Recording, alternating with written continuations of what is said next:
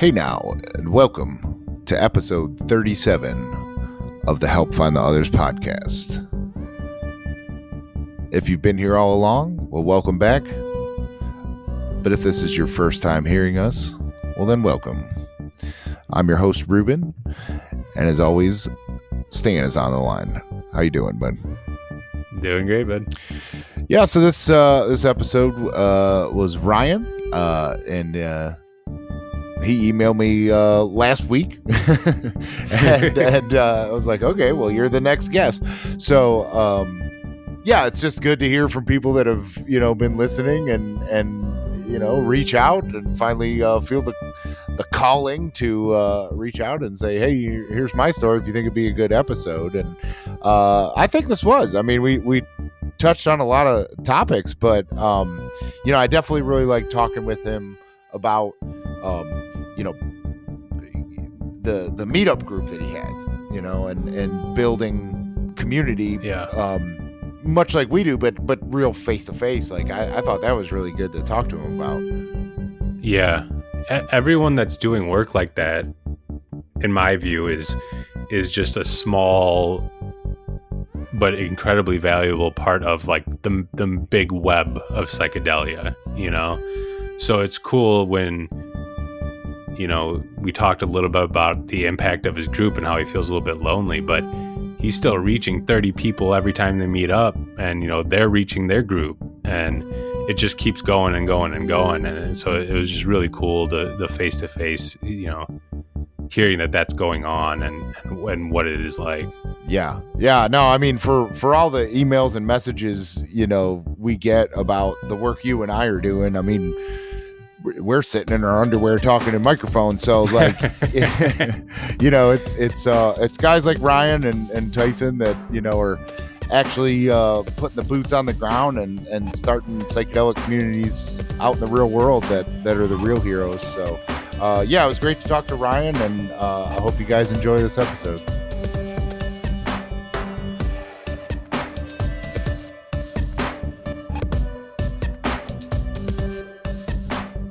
So Ryan, thanks for reaching out and emailing me and coming on the podcast. It's really good to have you.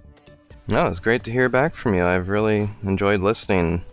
Yeah, no, it's every time someone emails me, I'm like, okay, well, that's supposed to be the next guest. We're not recording way in advance or anything, so it's kind of like I let the the waves of energy just kind of direct it. So so it was, I'm glad you've been listening, but I'm also, just as glad that you wanted to come on. So, we usually start out just, why don't you give us a little backdrop to who you are and how, psychedelics came into your life and stuff like that.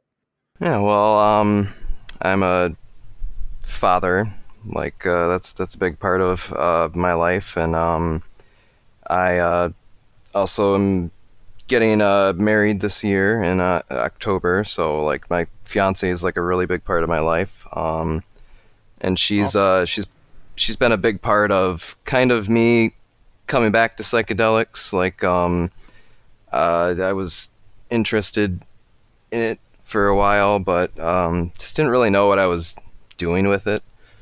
The first time I did psychedelics was probably I had smoked some salvia with some friends in like 2005. I just bought it because it was still around, wasn't illegal in Michigan, and we were just trying to smoke it like weed. And thankfully nobody else felt it except for me, and I definitely felt like the salvia gravity people talk about. Like I didn't see much of the visuals, but I definitely felt gravity coming at an angle. And like, I'd only smoked weed and drank at that point, so I had no idea how to deal with that. But like all through high school, I was really interested in drugs and just never got around to trying psychedelics. Just read a lot of stuff on Earwood. But the first time I had a real psychedelic trip was when I was in college, and I did 3.5 grams of mushrooms, and just one of my close friends encouraged me to do it with her, and I had a really spectacular time. I remember just these really intense visuals early on in the trip that I've never seen anything like before, and since. And yeah, I also had a really intense flashback at one point too. I had my head on her lap on the couch, and I flashed back to a time that I lost a lot of blood by cutting my thumb at my grandparents' cabin, and I just remembered my grandpa standing above me talking to me with his voice echoing, and then I came back too, and I'm like, where was I? Like, I've just never had anything like that again. But yeah, then I kind of had a period there for like a year or so that I didn't do it again. I graduated college, found out I was going to be a father, and probably about a month before my son was born, one of my friends and I we were out at the bar, and he told me his brother could get us some acid, and he told me we should do it because dads don't do acid. So all right, that's since been proven wrong, but I bought it at the time. So we walked miles back to my house from the bar. We were walking all around that night, and probably about 3 a.m. we took the acid. So just not ideal circumstances, but no, we had a good time, and we ended up hitting the road and walking around some more around the city, because I was living in Grand Rapids at the time, and yeah, just walked around till the sun came up, and just completely and utterly exhausted the next day. I remember I had to drive him back to where he lived after, I don't know, I just gathered the strength to do it. And on the way back home, I was listening to the radio, and a story was on this NPR show about a firefighter finding 2 dead children in a cabinet, a cupboard or something. It was just a terrible story, and I just cried my eyes out, went to sleep, and yeah, it was a while until I did psychedelics again after that. Yeah, that's not the... Yeah. You don't want to see something or hear about something like that when you're on psychedelics, for sure. No, I mean, it was way past the come down then, but still, I was just kind of I didn't know what I was doing. So had been up all night. I was tired from the trip.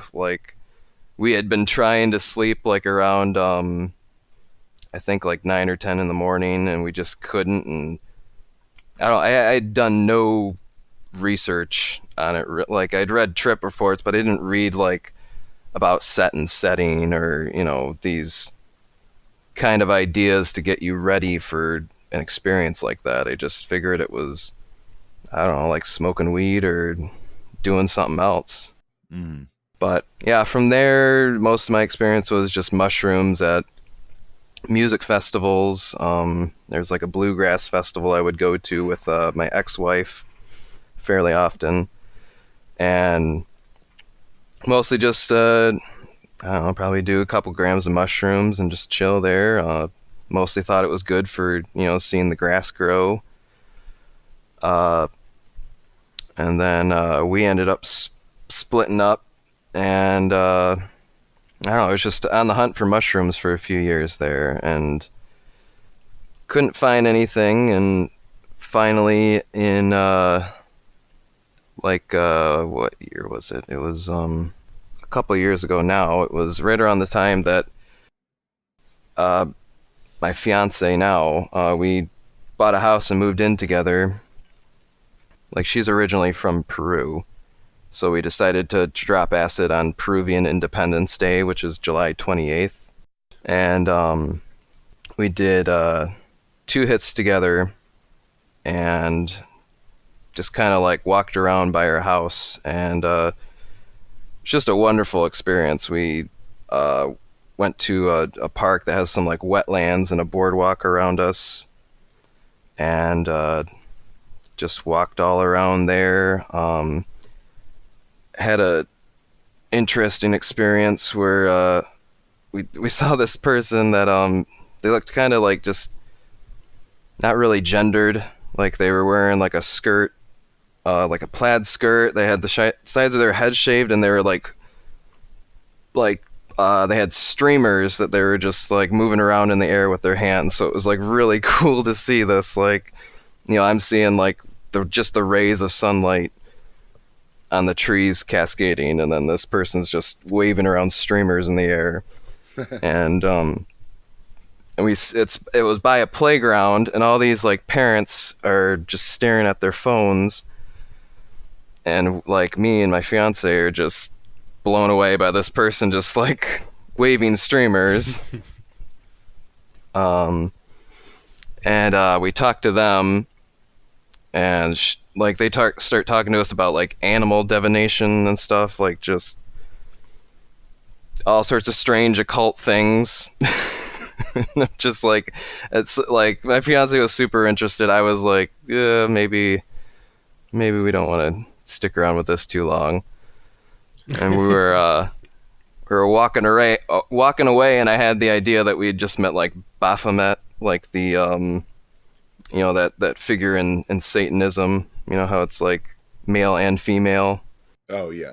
I wasn't creeped out by it, but I'm just like, what was that? Like, who was that person? Like, what is going on here?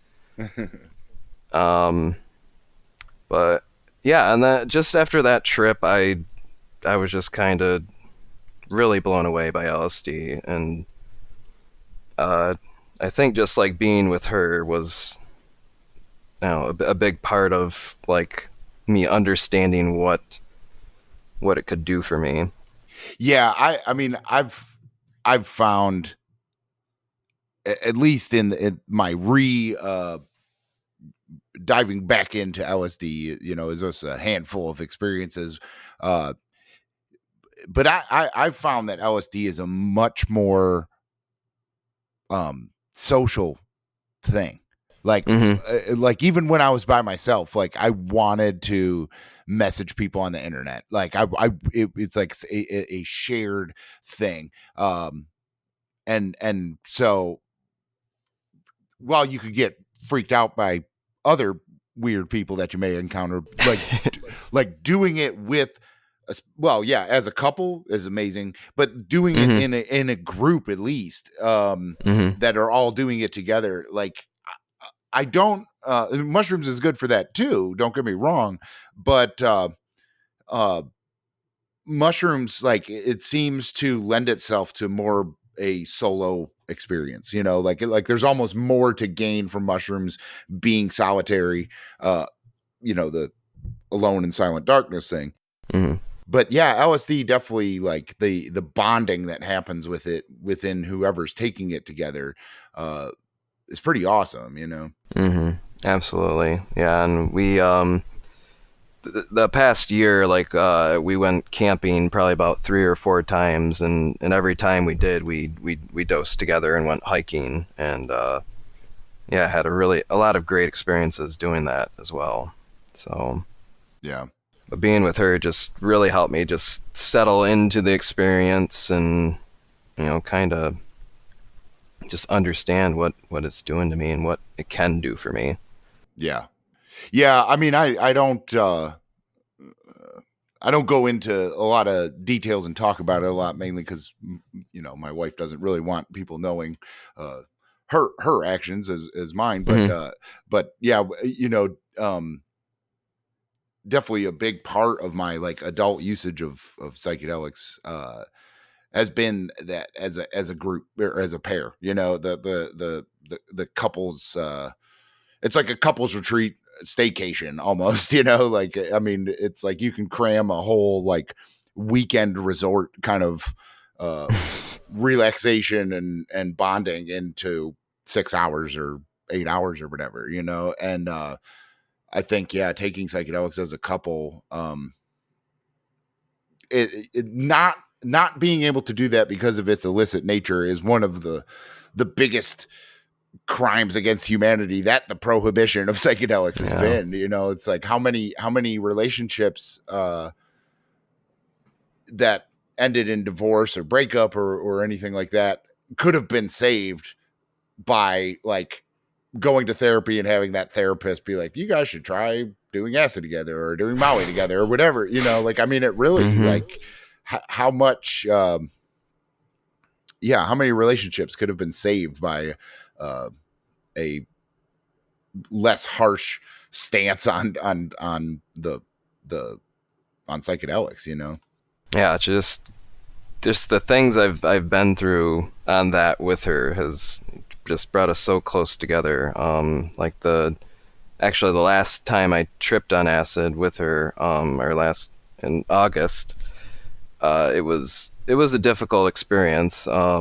We were hiking out by Lake Michigan, kind of by some sand dunes on a trail, and it ended up being about a 6-mile hike altogether, like 3 miles in and 3 miles back. And since we tripped like 3 times already this summer, we were like, do we even want to do this again? Like, it's kind of like tiring. But we decided like, all right, let's just do like one hit. But it was a new strip that I bought, and I hadn't had it before. I had no idea how strong it was. We were told it was strong, but we're like, well, let's just have one hit. But it was intense. Like, I remember we got to our destination. We were down by the water. I lied down and just thought about death, basically.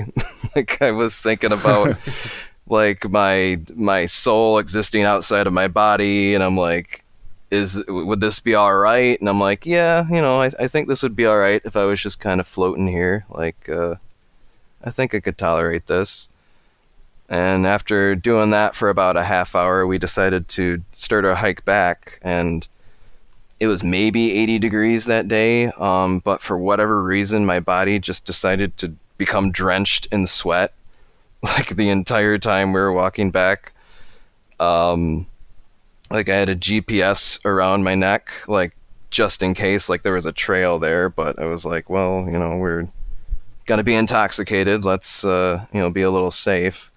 But like, every time I was walking, this GPS would hit my chest and just drip sweat all over everywhere. Like, it was just a disgusting mess.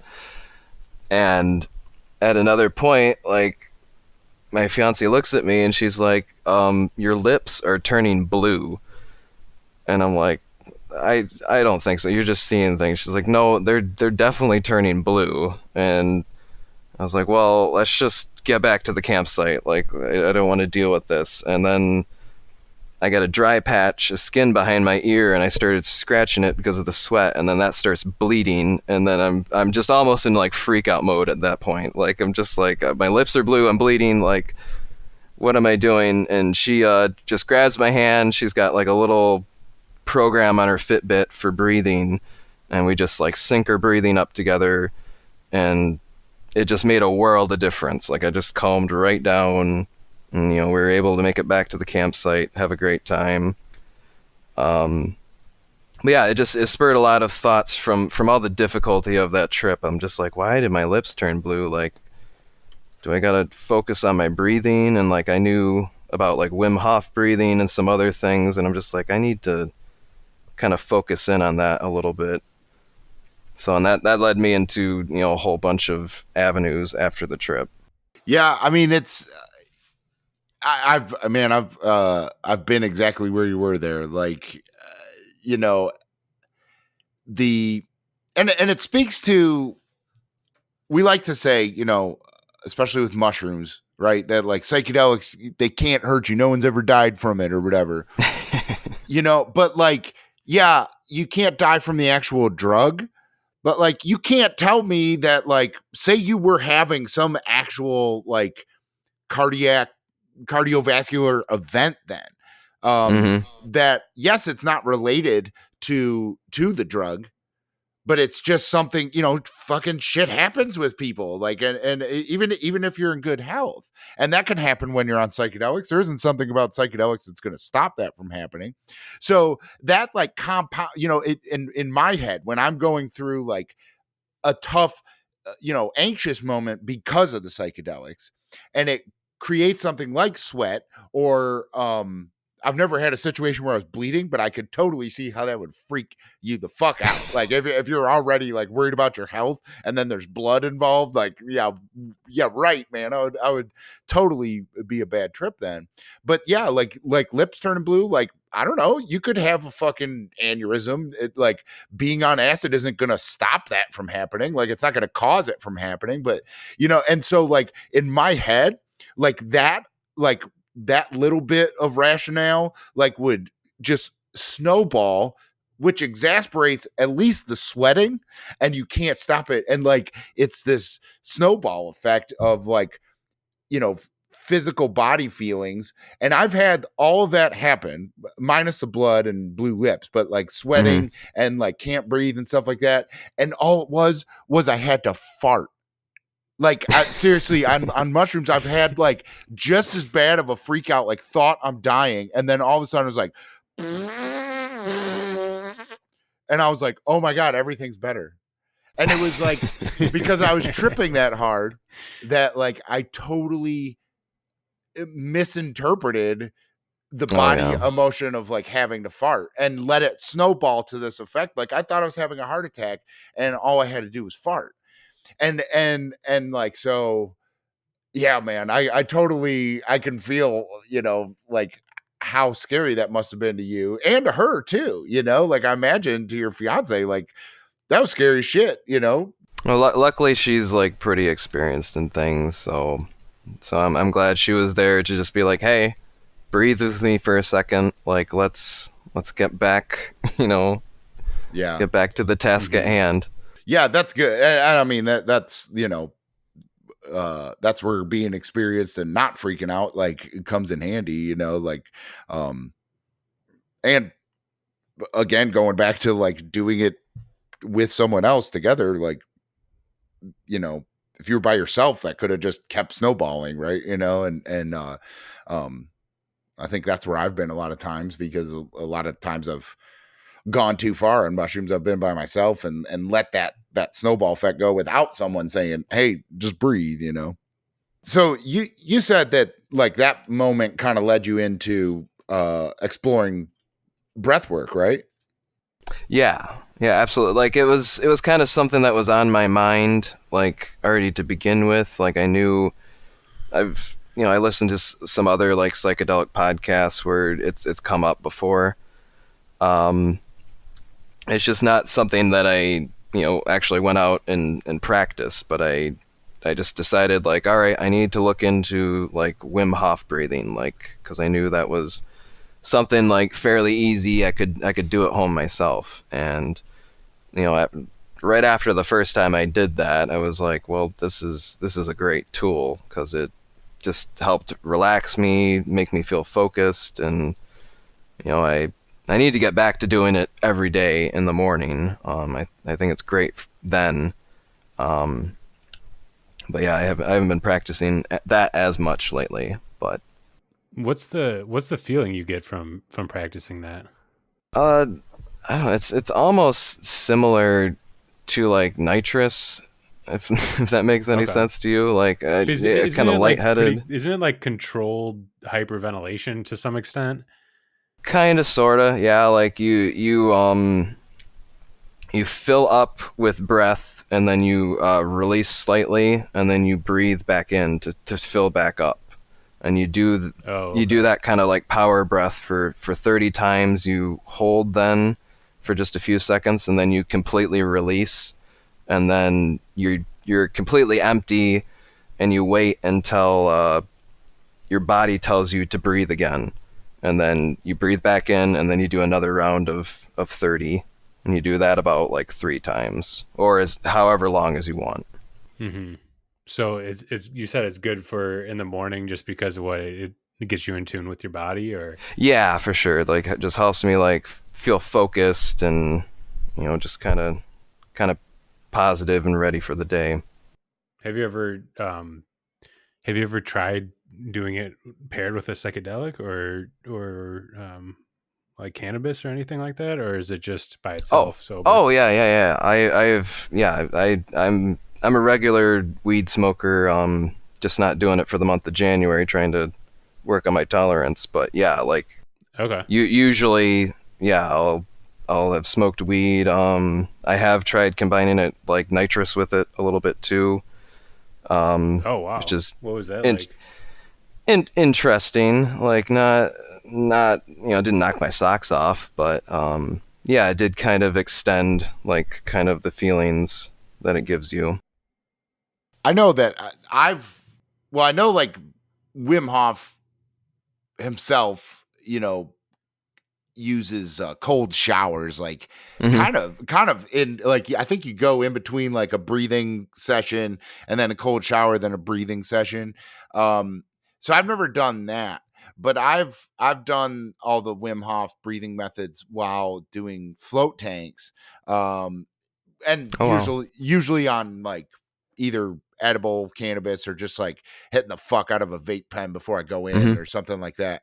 But in the float tanks with like the salt air, the like humid salt air that's in there, like alone, I don't think I've ever gotten like a DMT release like a lot of people get from Wim Hof, but I have felt the best respiratory like state I've ever been in, of just like I felt like every breath was $1,000,000, and like I felt like my lungs and sinuses were clear, and like I've just which in turn makes like everything else feel good too. Like that's like breath is the our being, it's life. Right? Like yeah, it's life. And so it is the hyperventilation, and people, claim to get DMT release from it, but it's like, I don't know. There's something about like holding your breath for as long as you do with that, and then that first when you start breathing back, it's like, yeah, you're paying attention to your breath and feeling it so much that you feel like so alive and like, vital and whatever. Like it's pretty amazing. I've not gotten that extreme with it, doing it just, normally in my room or whatever. Like it's still very good. Don't get me wrong, but it's like it's something about the salt air, I think too, that's in the float tank. But, so I don't know, like maybe doing it in your room with a bunch of those salt lamps or in one of those salt caves or something like that. I don't know, but having that really, and there is some like chemistry to salt, like takes particulate out of the air by like, the ions bond together and it drops out or something like that.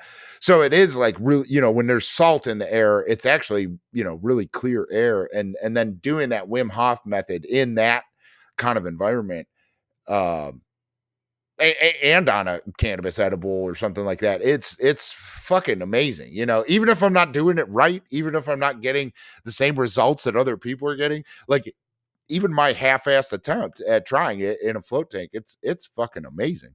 Yeah, I see a float tank in my future. I'll have to keep that in mind, because we have a place in town, but I just I've never been there because it's like $65, so kind of waiting on that. Yeah, they're worth it though, and definitely like I'm sure it is. Keep your eye out for like sales that they have on like Valentine's Day or something like that, like 2-for-1 floats for whatever. It's really awesome. I haven't gone in a while, and actually it's funny we're talking about it now. I didn't plan on talking about float tanks, but like I think I am going to go tomorrow, because I've got kind of a day where I can kind of do whatever I want for work. So I might do it tomorrow, because I was doing like the float place by my house. You sign up for like a monthly charge, and it's like $10 less than just whatever. But you can also bank the floats up. And I stopped paying for it because I wasn't going for a couple months. And so I've got a bunch of banked floats, and I can go whenever I want right now. And I've got like 4 or 5 floats that I have to use up. So I think I am going to go tomorrow. But dude, it's awesome, especially like for anyone that's already into like meditation and can shut their brain off and enjoy that, nothingness or whatever. Meditating in a float tank is, it's the best atmosphere to do that. That sounds wonderful. Yeah, and the breath stuff. And I mean, every time I go in, I don't go in with an intention, I guess, if you want to call it that. Like, I'm either, I don't know, like sometimes I just kind of like float in there like it's a little swimming pool and bounce around on the sides and stuff like that. And I mean, it's just really comfortable. Like you feel like weightless. But and then sometimes I go in and I'm like, all right, I'm going to meditate. Sometimes I go in and I'm going to do, kind of my own version of breath work type of stuff or whatever. But yeah, I mean, it's float tanks are phenomenal, man. I definitely recommend checking it out sooner than later. Absolutely. So aside from like Wim Hof breath stuff, have you, I think you said you've done, more like kind of therapeutic stuff, like kind of the Stanislav Grof kind of stuff? Yeah, that's, I mean, the holotropic breath work is kind of like a brand name. So I've done something, I'm assuming it's, just the same as it, just not, with the Stan Grof's stamp of approval on it. But yeah, I've found, at least a couple groups, through like meetup.com that run, some breathwork classes, and I have one scheduled to go tomorrow. But I've done 2 other ones, and they've proven to be pretty intense experiences while I'm going through it. Like just a lot of emotions come up.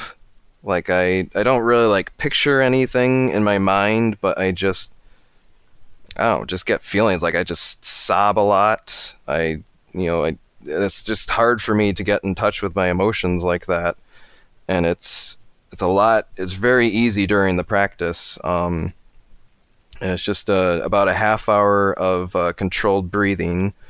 You puff up your stomach, and then you puff up your chest, and then you just let it go. And you're doing that while you're lying on a yoga mat, blindfolded. And yeah, just do it for a half hour, and afterwards, I just feel just a complete calm over me, and it's kind of a feeling that lasts for like a couple weeks. I've found, like, I kind of have some space for self-reflection in my head, like where I can kind of pick apart like negative thoughts and deal with them a lot better than what I'm used to. Like I noticed probably already in September, I was kind of starting to fall into like a seasonal depression. I was telling my fiance, like, I don't really want to hang out with my friends. Like, I'm not really having a good time. And, after the breath work, I was able to like look at those things and be like, I was starting to get depressed again. Like I need to start paying attention to why I'm feeling certain ways. And, just this kind of practice seems just like a great way for me to reflect upon that and, stop myself from just falling into bad patterns. So I love it. Is that something that during you just let your mind wander, or is it something that you also have to set like intention on? They say either or. Like I just set the intention that I'm going to just let it all go. I'm just going to, and whatever comes up happens. Like I don't have a specific intention other than I'm going to release. Like I'm just going to release myself to the experience, and whatever's going to happen is going to happen. But like you can have a variety of reactions to it. Like last time I did it, I actually did start giggling at one point, and I have heard you can laugh on it, but for the most part, I'm crying and sweating, and like it's not negative at all. I don't feel like despair, but I'm clearing out something somehow. Yeah, I mean that's when one of the things where, you know, a lot of the reading I've done on holotropic breath work specifically, but you know, yeah, like that kind of state that it can reach is that's what it's about, is like clearing out trauma and stuff like that. I can't remember if it was this book Acid Test by Tom Schroeder or How to Change Your Mind by Michael Pollan, where they were talking, I think, I can't remember which book it's in, but they're talking about this, you know, holotropic breathwork session where this guy that was like an ER doctor, and he hadn't been for some years because it was really traumatic, and he just didn't like it anymore, so he just became like a family medicine doctor. But he had like a bad hip, and like his hip always hurt, and he just attributed it to, like, you know, all those years of being on his feet as a ER doctor, and just like, oh yeah, it really messed up my posture or whatever, and he always had this bad hip. So anyway, he's doing a breathwork session with you know, either with Stanislav Grof or whatever, and yeah, his hip started bothering, you know, while he's laying there in the session, his hip started bothering him, you know, more than usual. And he's like, oh, my hip. And the therapist was like, you know, is it right here? And like, this is where you're holding like trauma. It's not your hip hurts, it's trauma. And like, was like, it just did something like kind of chiropractic, but like popped his hip, and all of these memories, all the bad, you know, sad, traumatic ER circumstances that he went through in a whole career came back to him as flashbacks, like Wow. like what you were saying before, but like, just, you know, like real, like he just relived them all, but let them go, and was like, I did what I could. You know, yes, it's sad, yes, it's traumatic, but I did what I could, and it passed, and let it all go, and his hip never hurt him again. Wow. You know, like he was holding all of that trauma and all of that, you know, PTSD and whatever, holding that in his joint, in his hip. Like, it's like a physical manifestation of psychological trauma that wasn't worked through and wasn't cleared out, you know? And so it does seem like, and a lot of psychedelic therapy is talked about being able to do that as well, which is why there's a lot of crossover between the breathwork world and the psychedelic world. But you know, that's the biggest thing that in all these little stories I read about breathwork is that it's really good for helping you let go, you know, and of stuff that you're hanging on to that you don't need to be, and that's holding you back, you know. Absolutely, yeah. I feel like it's done a lot to like just kind of dust off cobwebs in my brain and just get me to just start thinking about my thinking for a big part. Like, I want to, you know, I don't want to be holding myself back. I want to understand ways that I can move myself forward, and it just clears up space in my head so I can start thinking about that. And just not letting my brain, you know, run its own program. Like, I want to be telling my brain what it needs to do. So what do you think is different between a breathwork session and like meditation? Because meditation can do that too. You the most important part of meditation is observing your thoughts and observing what's occupying that space where there's nothing, you know, and like what because that's what holds us back, is like what's occupying us, you know. So like what do you think is different with breath work? It's just like that it's active. Like I think I kind of need like somewhat active meditative practice for myself. Like I've recently been doing some meditation where I'm just sitting there at the end of my yoga classes I've been doing lately.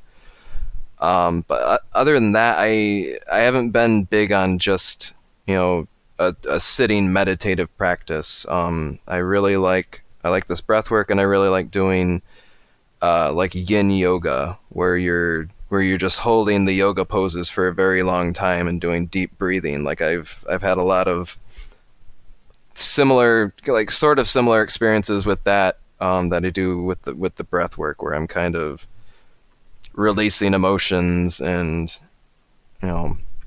just it's helped me to just sit with myself and sit through whatever uncomfortable feelings I'm having, and just embrace the experience. Yeah, I could see that. Like that's I was telling my wife when I was trying to I bought her a meditation book or whatever, and she was like, I just can't sit there, and she's like, and I'm afraid I'm going to fall asleep the whole time. And I'm like, yeah, for especially parents, if you got kids that fucking run you ragged all the damn time, and you find 20 minutes to yourself and you're like, I'm going to meditate, you'll find out that there's a very fine line between meditating and taking a nap. Because I mean, that happens so much where I go to meditate and then I'm like, wait, did I get to a meditative state, or did I just fall asleep? I can't really tell, and you get that twilight sleep, and it's good. I mean, whatever, twilight sleep's a good place to exist for 20 minutes of your life, it's fine, but it's not as constructive. And so I could see where breath work, like you said, being active, or even, a lot of times, most of my meditation, and I've just started getting back into it, which is great. I've missed it a lot, but is guided meditation. Yes, it's great to build your mind up to the point where you can silent meditate, sitting or looking in a mirror or whatever people do for their methods. But the guided meditation with a little bit of, ambient music and a really calm voice, kind of just directing with mantras or a narrative or something to just kind of be in the background, keeps me from falling asleep, maybe adds a little, colors the experience a little bit, but I still get to, that, Zen state or whatever that you kind of want to aim for as a base level of meditation. And it's just, I guess a guided meditation is more active, but sometimes that's what you need to get to that, Yeah. I might have to give that a shot myself. Yeah. I mean, I don't know if you listened to the podcast episode talking about my solo acid trip in New York, but I did this guided meditation out of desperation, I was freaking out and wanted to calm down, and I was all tense, and I just picked this meditation for muscle relaxation, and I don't even know what the fuck this person said in the meditation because I wasn't listening to it, but I couldn't have just sat there silently. That wasn't going to work, so I needed the guide. And the guide was all about muscle relaxation, but 2 minutes in after the muscle relaxation part, I really don't know what they were saying because I was, I kind of stopped time almost. It was an insane experience, but I needed that guide to get me there, and so that's where I think and that's probably the difference too in doing the breath work, that you found off a meetup compared to just doing Wim Hof on your own or something, which is a form of breath work, I guess. I mean, I think it's a little more intense, right? The Wim Hof than the class. Yeah. As far as the actual breathing, right? To a degree. Yeah. I mean, you can force, you can do whatever you want really in the class as far as I usually end up going pretty quick with the breath in the class, probably almost as quick as I do with the Wim Hof. So Oh, okay. But yeah, like, it having that guide there, the person in the class, like that's Oh, a yeah. difference too, Yeah. There's usually like music going, and like the facilitator I've gone the past couple of times, she's also trained in Reiki, so she might come over and like just kind of touch your shoulders, or touch you somewhere, kind of help you like loosen up a little bit. But I never really needed help loosening up. I was always just kind of twitching all over the place and everything while I'm doing it anyways. So yeah. But yeah, some people have like a harder time like releasing into that experience. I never had any kind of trouble doing it though. Do you think these classes like they'd be cool with people coming in that are under the influence of psychedelics? Probably not. I mean, you got to sign waivers and stuff like for this, and usually they request that you're like sober for 24 hours, and I've honored that, and that's something that kind of made me start thinking about my weed usage, because it was kind of difficult to stop doing weed for a day at the point of how much I've been using. So yeah, I decided to take January off and work on all that. Yeah, I'm excited for tomorrow night to experience it with I've been clean for over a week now, so I'm interested to see how the experience is different. Yeah, it's interesting because like the whole breathwork movement came out of like the failed psychedelic revolution of the 60s. Like all of the people that were like on the other side of the pro psychedelic movement from Timothy Leary, that were like, this is therapy, we need to have like a structure and trained therapists and stuff like that. And then once it was like made fully illegal and public enemy number one of the CIA and whatever, all of those therapists were like, okay, well, hey, this Stanislav Grof guy is doing this breathwork stuff, and like, so that whole culture moved to being breathwork therapy and teachers. And I mean, it's kind of funny that like there would be practitioners of that are not cool with even using weed. Like it's like, well, you kind of owe this whole movement to psychedelics. But I mean, I get it though, and it goes to all that stuff, meditation and yoga and all the things we talk about that are stops along the same path that psychedelics are on, and a part of that whole like holistic spiritual and physical wellness. You kind of want that experience to be pure, I guess, but like I've tried it on my own. I've tried like just one time I tried doing the breath work while tripping, and it was intense. Like, yeah, because while you're doing the breath work, you can kind of get these like muscle contractions where your like fingers, your hands might turn into like lobster claws, kind of like they just kind of claw up, and like I usually experience that.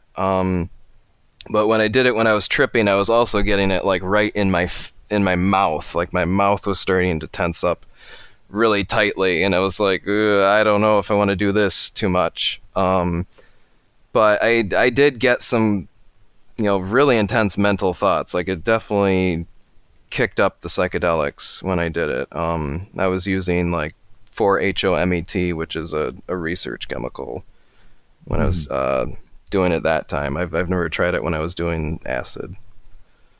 Yeah, I mean that's the thing, having a teacher there, just like it was any other breathwork session, but being on psychedelics, like who knows where that could have went, like it's I think the combination of all this stuff, like with psychedelics is something to explore for a lot of people. But yeah, like on your own, like it might be kind of hard to get the full impact because of that. Like you might be scared. You don't have that person to tell you, what door to go through, and it's going to be okay. Nobody's telling you you're fine.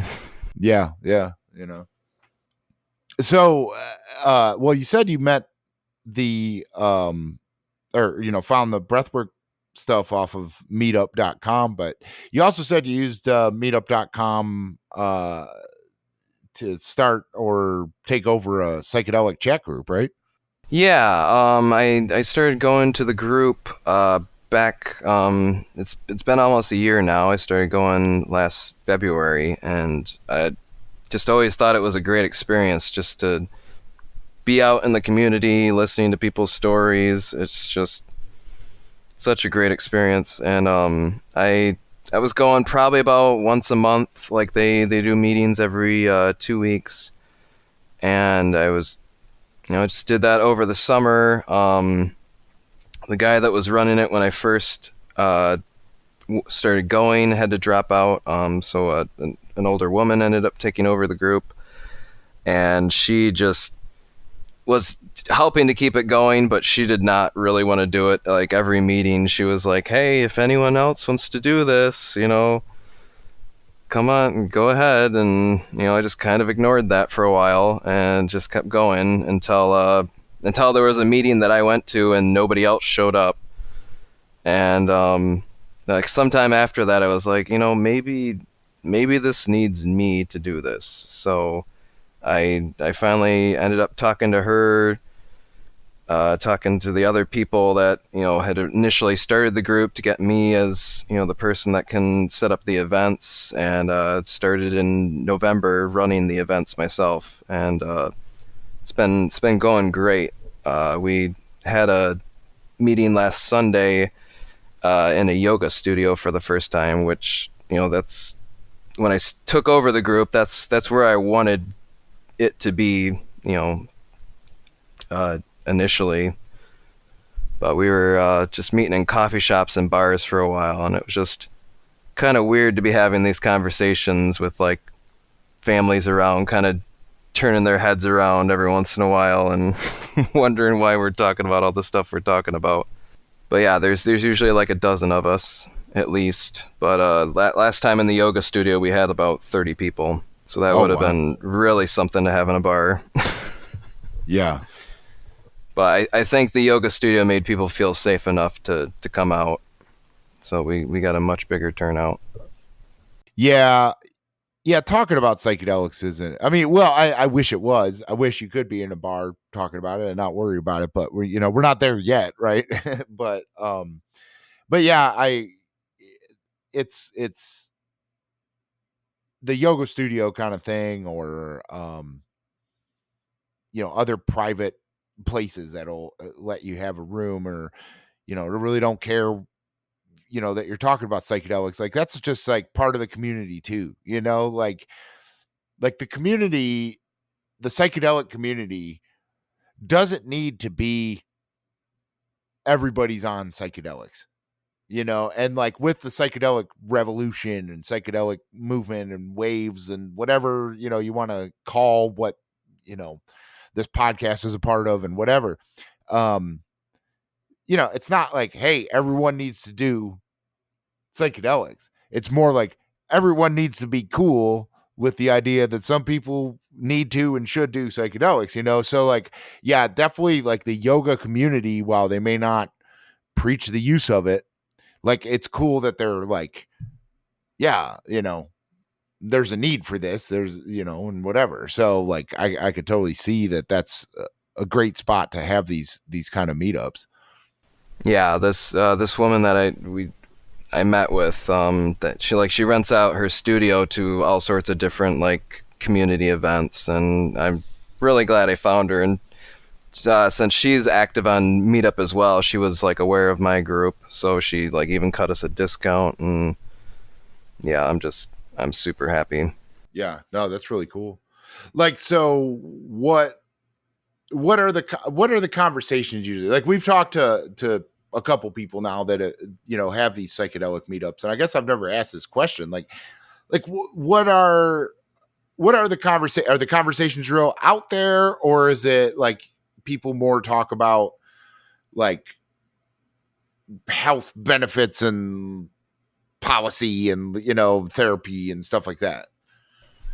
I mean, we'll talk a lot about testing, dosing, like how much like dosages people are doing. A lot of people will come and ask like how are people doing this? Like what's and people will share their experiences, just be like, hey, why was this experience not so great? And we're like, setting, like you gotta plan this stuff out a little bit more. Like just a lot of like practical information is getting exchanged in these meetings. And at the last one we maybe had 5 or 8 people that had never done psychedelics at all, so they were just they didn't ask a whole lot of questions, but they're learning a whole lot from just people talking about their experiences. Yeah, and I love just hearing all the stories and just seeing people get that kind of glimmer in their eye, realizing like, oh, I can open up here and I can talk about this stuff. Like it might take like a few minutes into the meeting, but it always happens. I'll see somebody just finally realize like, oh, like this is the place that I can feel comfortable talking about all this. Is it like a kind of one person's talking at a time conversation? Yeah, like in the past, it was just kind of free flowing. Like since we were meeting in bars and stuff, we didn't always get like a nice space where we could have like a circle. So it was nice at the yoga studio. I could finally like impose kind of some order on the conversation, and I'm hoping to do that like at least a little bit more. But like I just really want to be there so like people are making connections. Like that's I don't really have like an agenda with this. I just want people to know they're not alone, and people if they're looking for a resource to be able to find it through this group. Like that's all I really want to do. Like I'm not sure if I'll get into activism. Like that's always something that's really talked about in the group, and I think it's great, but I'm just there just to try to connect the dots. That's all I really want to do. We have a lot of we have some people too that are like studying psychology and are interested in someday incorporating psychedelics, like hopefully in the future when the laws change, like utilizing them then. And I just want to kind of set the groundwork so that in the case we do get the laws changed, that like people are ready. There's something there. Yeah, I think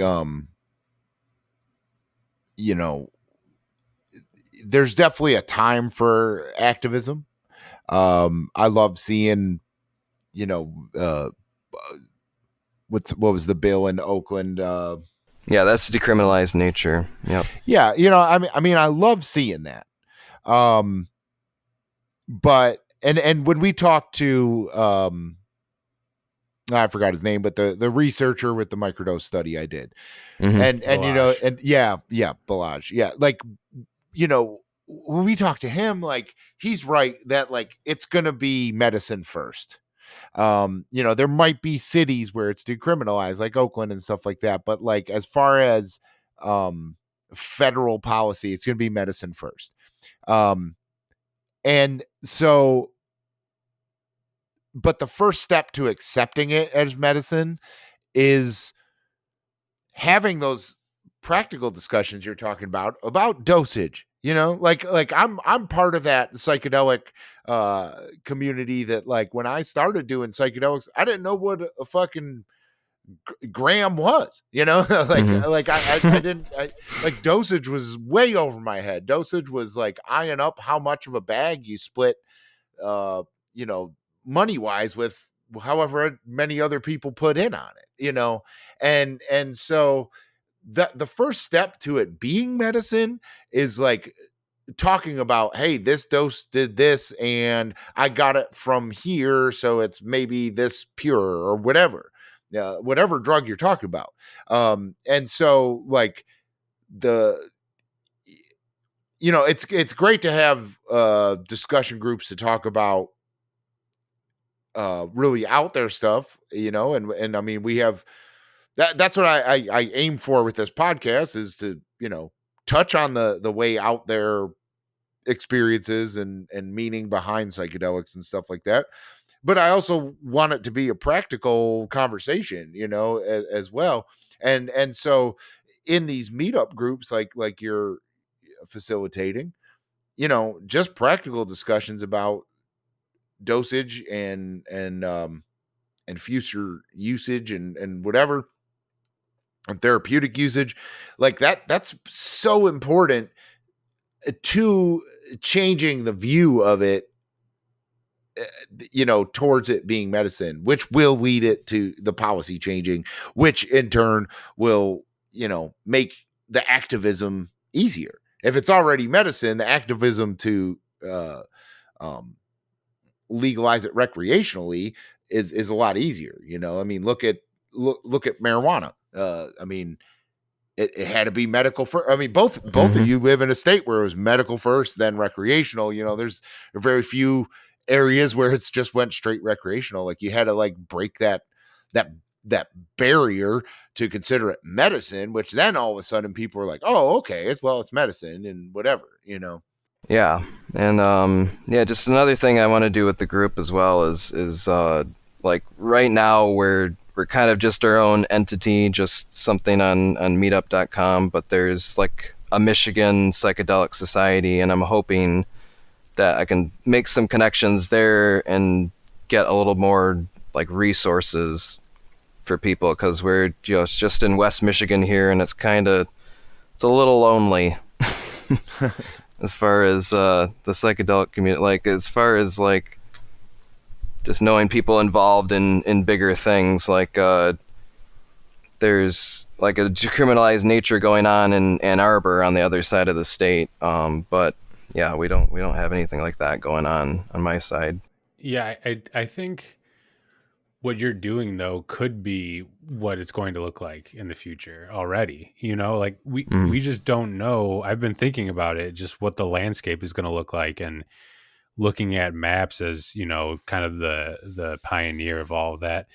But they're just doing it in the medicinal setting paired with the setting that's under still pretty heavy control, And I think this is just a landscape that no one knows how it's going to end up.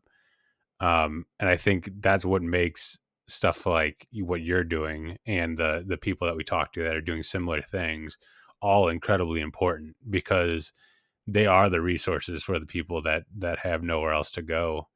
And, I actually, once I heard your story from Ruben, I went on Meetup to see if there was anything, near Chicago that was similar along those lines. I couldn't find much. I didn't go deep dive. It was the first time on the website, but like, I don't know. I just think what you're doing is incredibly important. And even if it does seem like it's a small group, like, what if in the future, when these things are more accepted and more available to people, that it's just small communities getting together and sharing their stories, it's just qualitative research essentially. Yeah. And I want to make sure we have those connections here so that can happen. There's just so many people thinking they're just out there alone, and they got to have somewhere to go. Yeah. So, like, how does, I've never even been on meetup.com, and the first time I heard about it was like, I had a buddy that likes to like meet random chicks off of like, Craigslist casual encounters or something like that. I don't know what it was, but like he said that I don't know if you want to be friends with him anymore. Well, I mean, this guy's a dirty dog, man. He actually he hooked up with a chick that was like a wrong text to his phone and somehow turned that into meeting her at a hotel. Yeah. But anyway, that's another story for another time. But he like apparently Craigslist got rid of the page or whatever that he used to do that on. And so he was like, yeah, I'm on meetup.com. So like, that's what I thought meetup.com was like meeting up with chicks. Right. And then I heard of someone that like buys and sells Bitcoin off of meetup.com, like over the counter, not on an exchange.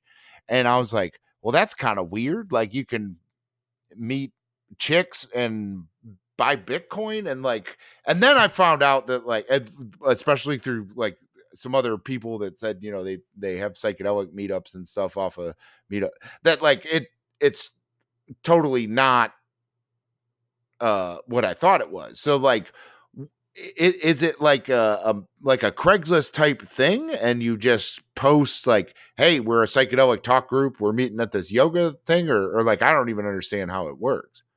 Well, I think you got to pay like a monthly fee. Like the guy that like originally started the group is still paying the fee for us, even though he's moved out of state and he's, you know, kind of out of the picture of running the group. But he's more than happy to keep paying it so that it keeps, you know, happening here since he was running it here.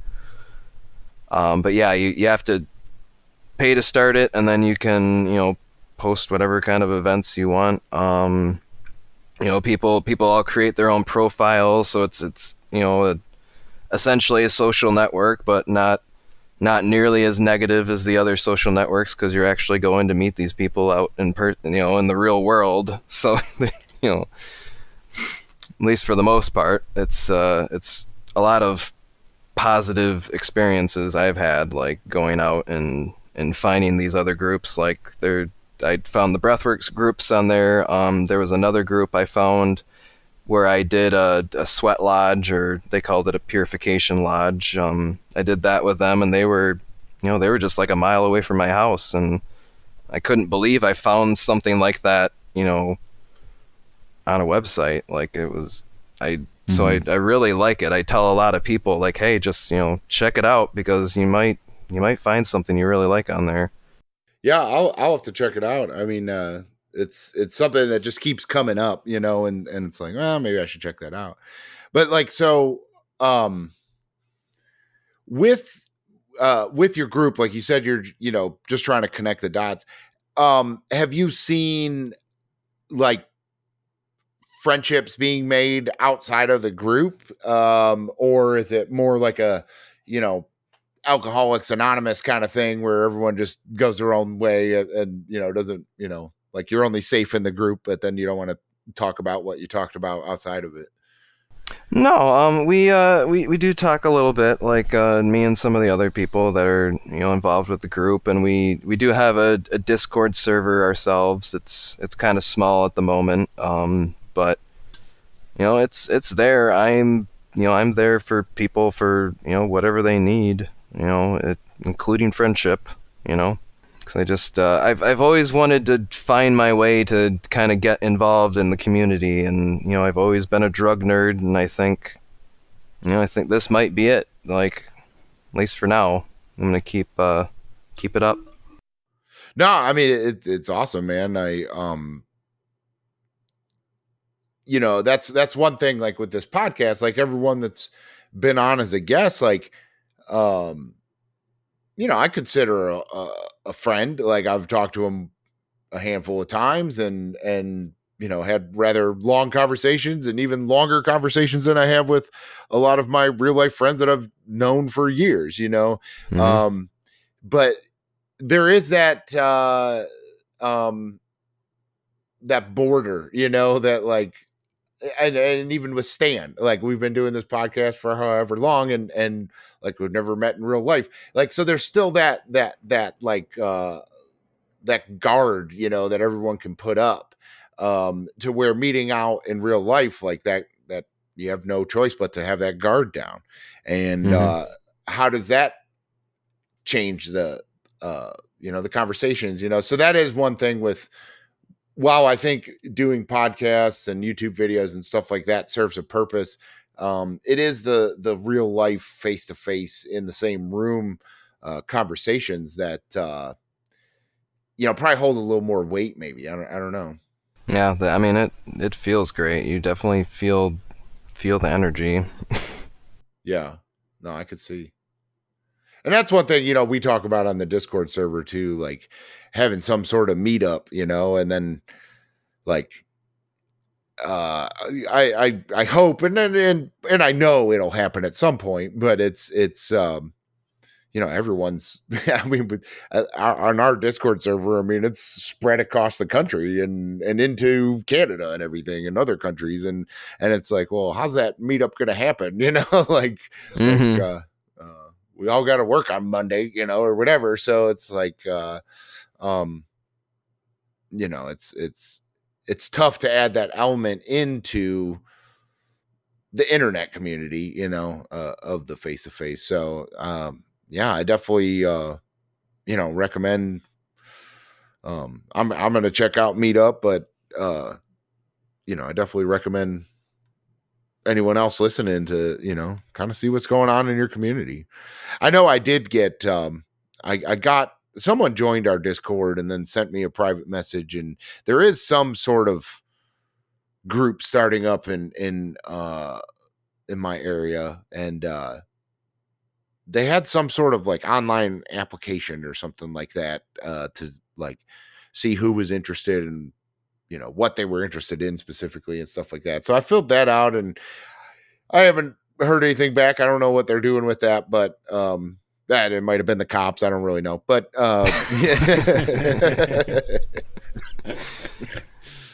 but yeah, I might follow up with that. I mean, I've, part of my problem too is like, psychedelics or not, I have fucking social anxiety, like I don't like everything sounds great. And then it's like, when it's time to go, I'll like be like, yeah, I'm just going to say my kid got sick, or something, and talk myself out of it. But that's been, and I'm not a big, like New Year's resolution guy, like I've said, but that's one thing, like going forward into this year, like I want to say yes to more things. So whenever that does come through, or anything else I find, like I do want to go to something in my community, and I mean, chances are I'm going to run into someone that's like, oh fuck, you're the fucking podcast guy, like, or whatever. So like, it'll be cool, but it is making that first jump that, like, I don't know, it can be kind of hard. And I know I'm not the only one that finds it that way, No, I wasn't sure about running the group for quite a while, just because, I don't know, I do feel a little socially anxious myself, but I've just tried to put that aside because, somebody's got to do this stuff, and it looks like it's me, like, so. Yeah, that's kind of how I've been,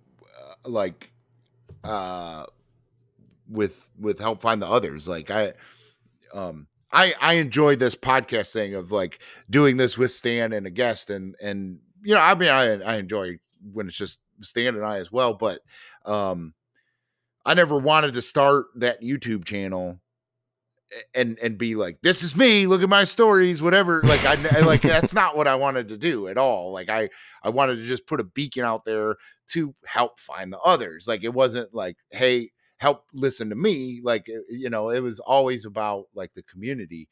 But I mean, I've seen by the way it's grown and stuff like that, like it took me being that first thing and putting that first beacon out there to start, building the community. And I get it. It's a role that,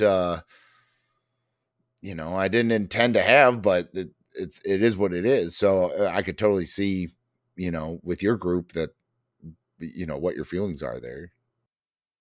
So, one thing I wanted to go back to, where you talked about your one trip where you had a flashback. So what when you say a flashback, did you just remember it very well, or you like kind of relive that moment? It was like a reliving of the moment. Yeah, like all the senses and Yeah, I felt it and everything. And it was just recently at another one of my like meetings that somebody had brought up. They had a similar experience on mushrooms themselves, where it was when they like had moved. I think they were looking at a new house that they were going to move into, and they associated that as like trauma. And I'm like, oh yeah, like that was a traumatic moment. Like I lost quite a bit of blood, and like I had cut my thumb on like a bottle. I was trying to shove an acorn into like a bottle that looked like Red Stripe. It was like one of those kind of brown bottles, but it was chipped on there, and I was like 8 years old at the time, I think. And I was just trying to shove this acorn in there, but it slipped out, and then my thumb went down on the glass, and I still have a real good scar there. And I was up north with my grandparents at the time, pretty far away from a hospital, and they were like, "Oh, you'll be fine." I probably should have got stitches, but I remember like the blood shooting out of it. And after they kind of cleaned it up, I remember lying on the couch there and just like feeling very detached from the blood loss that I had, and just my grandpa standing over me and talking, and just his voice kind of like echoing, and that's all the sensations that I felt, just how my body felt light and tingly, and his face and the echoing, and it was just there for maybe 20 seconds or so, and then I just came back to laying on the couch, and I was just like, what was that? Like, yeah. I mean, dude, I've had like 2 experiences of kind of the same thing, but they weren't even like a traumatic experience. Like it was like a just a nothing moment, but that like one, I was just like walking down the road. Like I used to walk from my house to school, and it was just like that. And like I was just walking, but it was like I could feel the breeze. I could feel how the cold it was outside. It was fall. I could hear and feel like the gravel under my feet, like stuff like that. And I could also like I don't know, it's weird. Like I could change it and turn around or walk somewhere else or stop and talk to someone or whatever. Like I felt like I could do that, and I maybe even did do that. I don't know. But I was also like, it was like you were on like a roller coaster ride or something like that, where it's like, just, it's doing what it's doing. mm-hmm. But like I felt like, hey, if I wanted to go over there, I could, but I'm just gonna keep doing what I did in the memory kind of thing.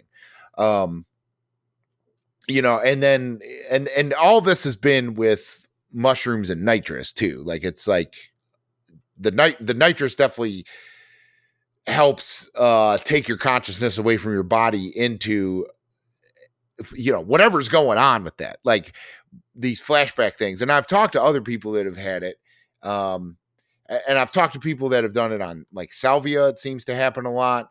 But a lot of times it's nitrous as well. Nitrous and acid. One of my friends, was able to actually like walk around his friend's basement where they were hanging out, but they didn't really realize he was walking around, but he was like totally changing his memory and stuff like that. And to me, the feeling when I've had that happen, and I get a little bit of that feeling when people tell me their stories too. Like when I put myself in their shoes, it's the same thing as deja vu, but it's like drawn out, maybe because of the psychedelics or whatever. Like, I don't know if it's like you just have deja vu, but when you're in a psychedelic state, deja vu is extremely stretched out to a point where you're like, this already happened, and it happened at this time or whatever. I don't know what it is, but it's so fucking that sounds weird. right. Yeah. You know, it's so weird. And so it's like, it's one of these things, like I've always like played with this idea that like whatever state or dimension or whatever psychedelics are, whatever the psychedelic state is, if it's pure psychology, if it's pure chemistry, if it's pure woo-woo spirituality, I don't know what it is, but deja vu is the same thing. Like it's the same things happening in your brain. It's just for a little squirt, you know, it's just a little second. And so that's the thing I've gotten from these like flashback moments, to where like I've thought of crazy, but then as I've started talking to other people about psychedelics, I'm like, holy shit, wait a minute, I'm not crazy, because this is something that happens. You know, and so and to go back to, you know, the groups like that makes it that much more important for like if you're in a group talking about that, and then someone's like, whoa, I've had the same thing happen, and then it's like you've all got pieces to the puzzle, and it's like all of us together telling those stories, you know, can kind of complete that puzzle, and which makes it so much more important to, you know, to talk about this shit, right? You know. Yeah, well, that was interesting. You brought up nitrous with like nitrous and deja vu. How you brought up that relationship, since like I do like using nitrous with psychedelics just because it is such a different experience from using nitrous like if you're baseline sober, like just the crazy things that does to psychedelics. Like I always tell people that, and people are like, "What do you mean? Like what even are whippets?" Like most people don't know, but I'm like, you gotta try this. Like it's, and I've done it with every psychedelic I've done, and it is an interesting experience. But to relate that to deja vu, like I guess I could see that, like how those experiences are altered by the psychedelic. Like I could see it extending out.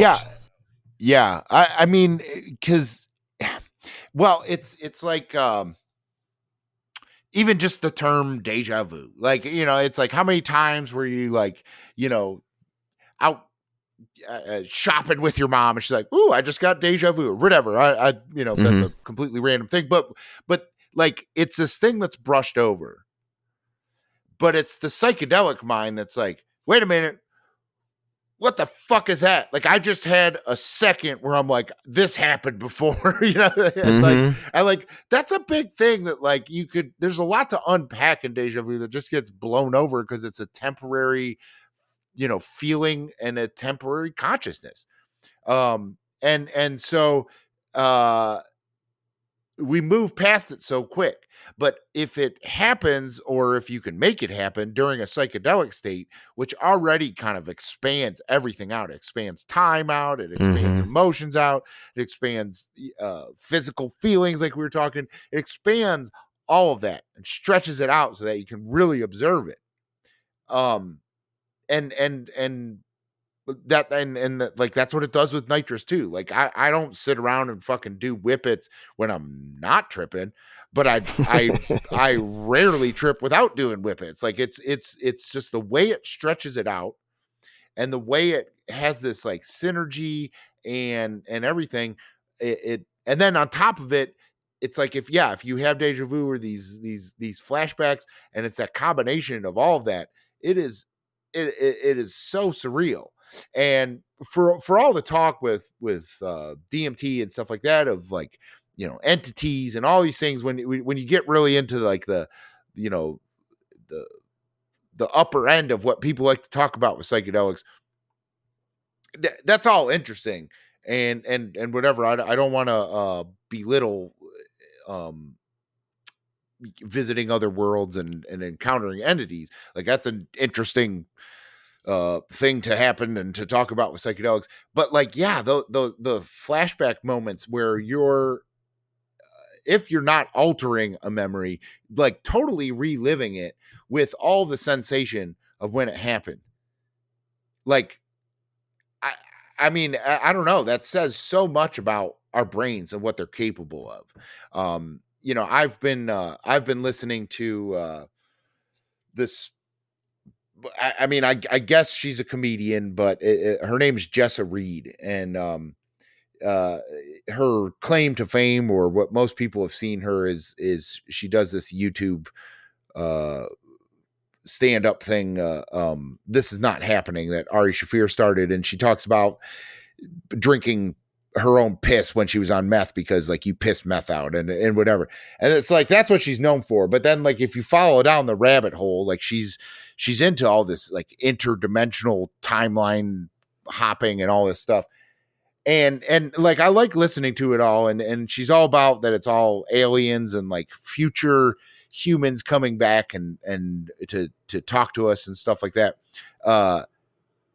And so like, I listen to all of it. I don't buy in 100% to what she's saying, but it leads me to believe that like the whole idea of like timelines, and like she's all about, you can hop to another timeline where like you have everything you want, or you're working towards everything you want, is like maybe time travel, whether it's timelines or going back in time, is all psychology, that like, if reality is perception, well, then once we change our perception, we can change our reality. And like, that's what I think happens a lot. And what we're kind of seeing a hint of when we have these flashbacks, is that like, we're re-experiencing reality through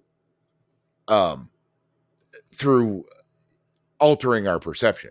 And that like, maybe in these flashbacks where we can alter it, we can like actually, like we're time traveling almost, Mm-hmm. I mean, and that's like, that's like a big way out there thing with psychedelics, is like, maybe, when we've had all these sci-fi movies talking about time travel, and it was creating this, cockamamie machine with all these things spinning around and all these lights, maybe time travel is actually done through our brains, and we will manipulate it with chemicals, like psychedelics. Well, yeah, I mean, they're just great tools, and you can do whatever you want with them. Like you can come up with these great far out ideas, and you can, kind of start to reconstruct your life with it.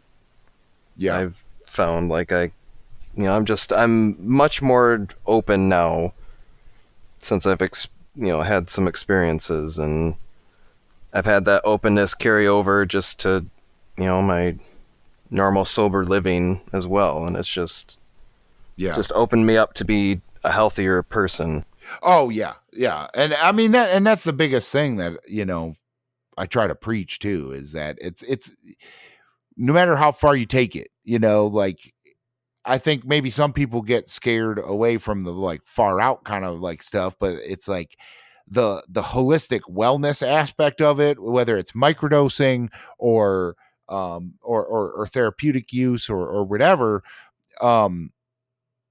there's some sort of element with our mind body connection and our mental state that psychedelics, like, it can't hurt, at least, like, it can, I guess, if you don't do it right, if you don't respect it, and, that goes back to having practical discussions, like you said, in your group, to make sure people are doing it respectfully and they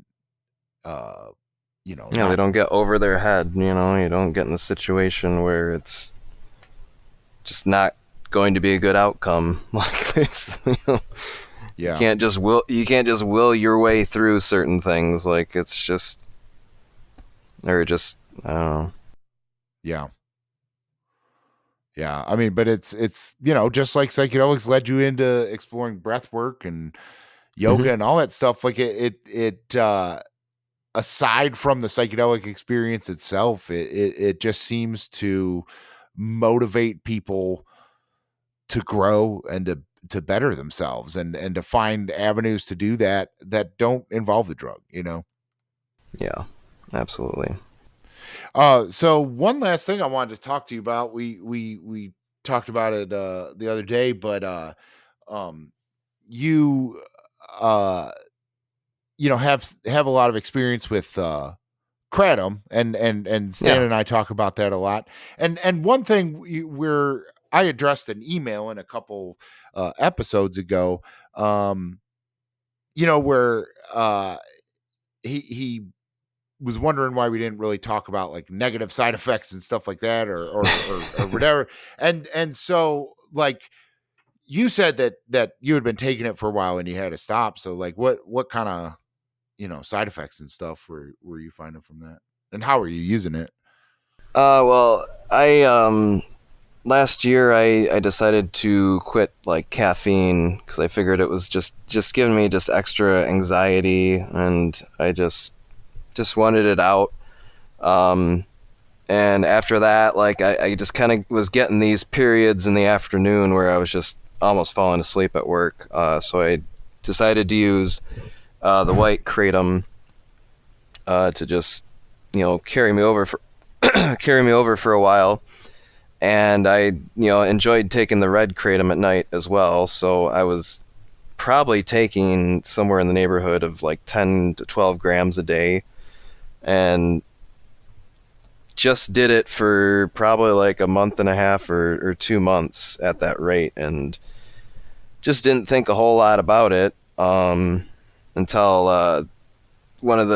somebody in my group had told me like, yeah, you don't want to do it more than 3 days in a row or you're going to get like a stuffy nose or something. You're going to get some cold symptoms and you're going to be addicted to it. And I'm like, really? I'm like, well, so I just decided like, all right, then I'm going to stop and I'm going to see what happens here. So I did kind of get a little irritable, and I did get like a cold sore, which like I usually do when my immune system is a little depressed, because I just get cold sores. And I was very surprised by that it did kind of have like some physical symptoms with me.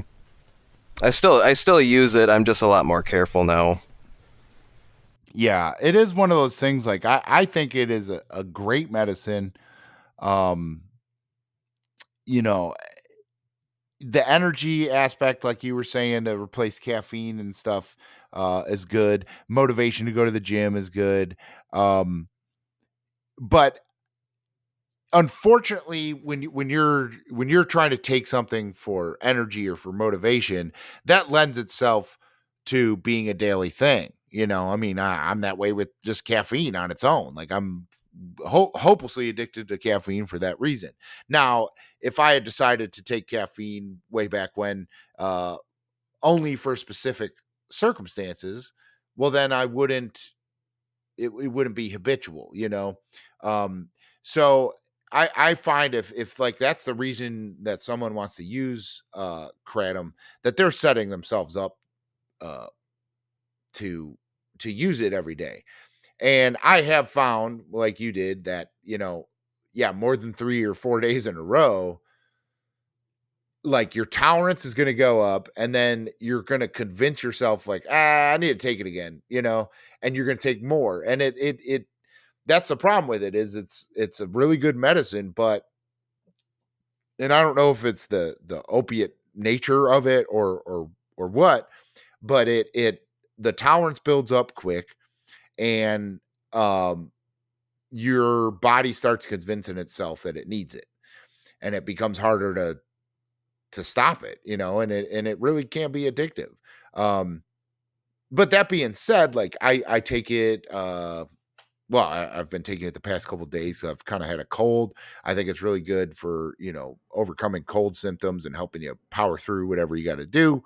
I think it's really good for, and what's weird, and it does, it's the red and white, the vein color comes into play with this, but it's like just as good for sleep as it is for waking up in energy almost, Oh yeah. I love taking the red at night. It's very, very relaxing. Yeah. But, I've found, I never got cold symptoms or cold sores or anything like that. But if I've been taking it for several days in a row, it makes me really constipated. And I know that, like, I've never had a problem with opiates, but I know that, like, that's a thing with opiates too. So I there's something with the receptors that can block you up too, I guess. I don't know. No, absolutely.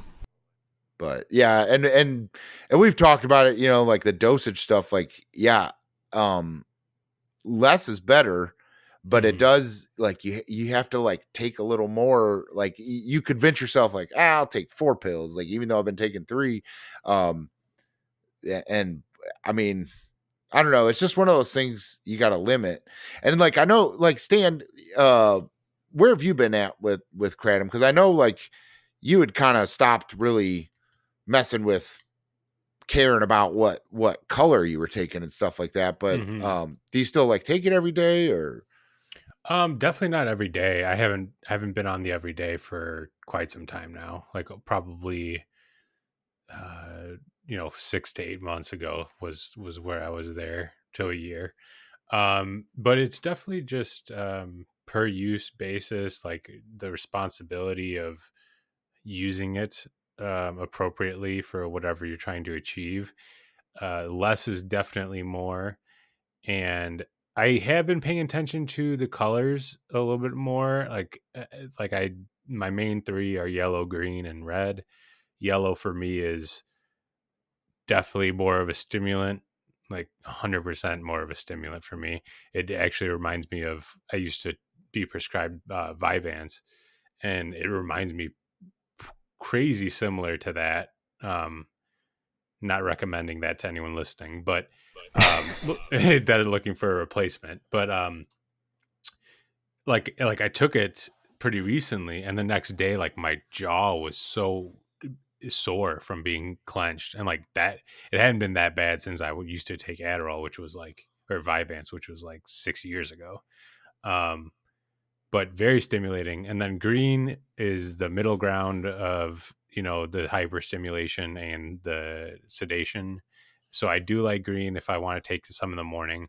But the one thing that I think I can do on a more frequent basis is red at night. Low dose, I'll only take, 2 grams, if that, and just, reap the benefits of that dose. It definitely does. If you're a person that wants to feel the effects more, it does help doing it on an empty stomach. But one thing I realized is that the sleep is phenomenal, and I don't really have the urge the next morning to like dive into more kratom. It's, if anything, I'll get the urge at night, but it'll be a conscious decision. It's not a magnet pulling me towards it. But no, I really do think, just like anything, it's like responsible use will give you beneficial results. And I've been there where I was taking those 10 grams a day or 10 grams a dose, and things get weird, man. And like, it doesn't always it's not always an enjoyable experience. Yes, it turns on you, and then your mind turns on you because you're forming what you deem are bad habits. And so whereas these responsible doses, like I'm taking 4 capsules a night, which each capsule is around, I would want to say, probably on average 0.7 of a gram. And whenever I take that, the next day I'm so refreshed that I go play basketball for full court 4-on-4 basketball. I texted Ruben the other day, I played for 4 hours straight.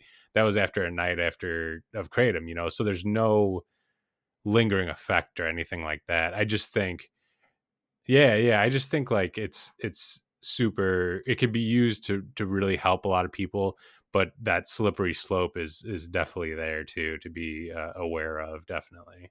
Yeah, and it scares me. They got those like concentrates. I don't know if you've ever seen those out there. Oh yeah, like the extracts. Yeah, that's scary. That's gonna screw everything up.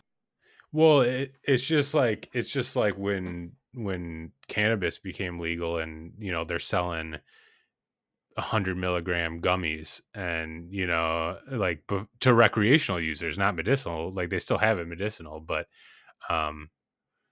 yeah, it's all going to balance out. But my one suggestion, whenever we talk about it, I try my best to mention, is like, don't get it at like a gas station. Oh God, no. Yeah, like do your research. Find the states where it's legal. A lot of them have actual shops, and buy from there, support their business as well. Mm-hmm. Yeah, cheaper is not better with kratom. No, you'll get something mixed with something crazy. Yeah. All right, man. Well, we're over an hour and a half now. It was awesome talk. It was great to have you on, and I think we hit a lot of topics. I hope I wasn't switching around too much for you. No, it's all great. Yeah, I had really great talking to you. Yeah. So thanks for reaching out, and we'll talk to you again sometime, man. That sounds great. Yeah, I'll be listening.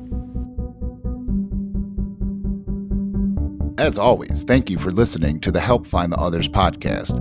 Please don't forget to check out our Discord server to connect with our growing community. The link to join can be found in the description. And if you feel like donating to our channel to help us grow, a link to our Patreon can also be found in the description, as well as some cryptocurrency wallet addresses.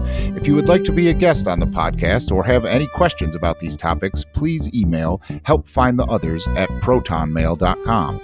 If you would like to leave a voicemail or a text message question for a future episode, Stan, what's that number again? 567-233-1335. Okay, guys, thanks again. And until next time, let's help find the others.